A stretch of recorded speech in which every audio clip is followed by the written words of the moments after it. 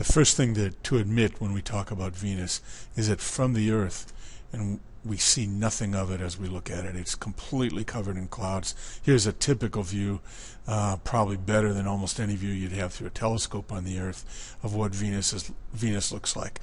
Featureless, extremely bright because it's so very reflective. The clouds are made out of dense sulfuric acid droplets and all kinds of other acids mixed in that are high up in the atmosphere.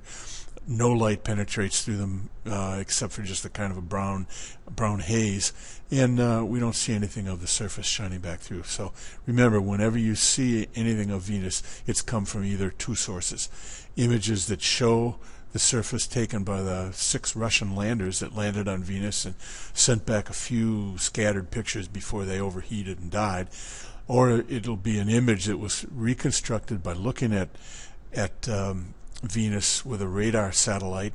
Radar shines through the clouds, bounces off the surface, is received back by the satellite or on the Earth, and we construct an image or a map from that. And let's look first at what the Earth would look like if we took an image of the Earth with a radar image. And this is a good picture.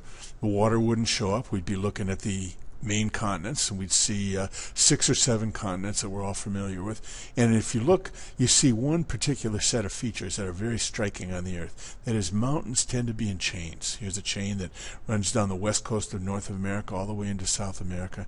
On down, the white denotes the highest elevations, or you can see where the ocean is. We've got chains under the ocean, the mid-Atlantic ridge that runs in that chain. So our first, and that's a result of plate tectonics that produces that. Our first question is, will we see such features when we look at Venus taken with radar images? And let's take a look at an image to the same scale. And there it is.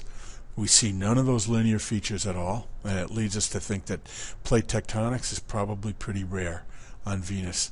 Second thing we see is that Venus really does not have anything like the number of continents on the Earth. Whereas the Earth has 6 or 7 continents, Venus has got exactly 2. Ishtar, one here in the north, and then Aphrodite, this one down in here, and that's about it. 8% of the surface of Venus is in continents. 25% of the surface of the Earth is in continents. So continents are much more unusual on Venus. The next thing we know is that Venus is a tremendously volcanic planet. The largest volcano in the solar system is Maxwell, which is located right where I'm pointing right there in Ishtar. And there's a number of other regions that show volcanoes, some of them erupting, we think, fairly recently in the history.